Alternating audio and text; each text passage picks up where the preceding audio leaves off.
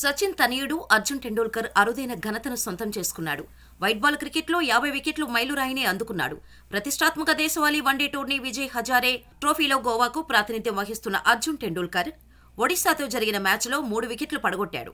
తద్వారా white ball క్రికెట్లో అర్జున్ టెండూల్కర్ 50 వికెట్ల మైలురాయిని అందుకున్నాడు. 2021లో ముంబై తరపున దేశవాళీ టీ20లోకి అరంగేట్రం చేసిన అర్జున్ టెండూల్కర్ 41 వైట్ బాల్ మ్యాచ్ల్లో 51 వికెట్లు పడగొట్టాడు. 17 లిస్ట్ ఏ మ్యాచ్లో ఈ లెఫ్ట్ ఆర్మ్ పేసర్ 24 మంది బ్యాటర్లను అవుట్ చేశాడు. 24 టీ20లో 27 వికెట్లు పడగొట్టాడు. దేశవాళీ క్రికెట్లోకి రాకముందు అర్జున్ టెండూల్కర్ ముంబై తరపున జూనియర్ లెవెల్ క్రికెట్ ఆడాడు. అండర్-19 జట్టుకు కూడా ప్రాతినిధ్యం వహించాడు. 2022-23 రంజీ సీజన్కు ముందు అర్జున్ టెండూల్కర్ ముంబై నుంచి గోవాకు మారాడు. గోవా తరపునే లిస్టు ఏతో పాటు ఫస్ట్ క్లాస్ క్రికెట్లోకి అరంగేట్రం చేశాడు. అరంగేట్రం ఫస్ట్ క్లాస్ మ్యాచ్లోనే అర్జున్ టెండూల్కర్ సెంచరీతో సత్తా చాటాడు.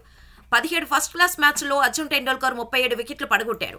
రంజీ ట్రోఫీలో ఒకసారి 5 వికెట్ల ఘనతను అందుకున్నాడు. అతని తండ్రి సచిన్ టెండూల్కర్ 310+ క్లాస్ మ్యాచ్ల్లో 71 వికెట్లు పడగొట్టాడు. ఐపీఎల్ 2025 మెగావేలలో అర్జున్ టెండూల్కర్ను ముంబై ఇండియన్స్ అతని కనీస ధర 30 లక్షలకు కొనుగోలు చేసింది.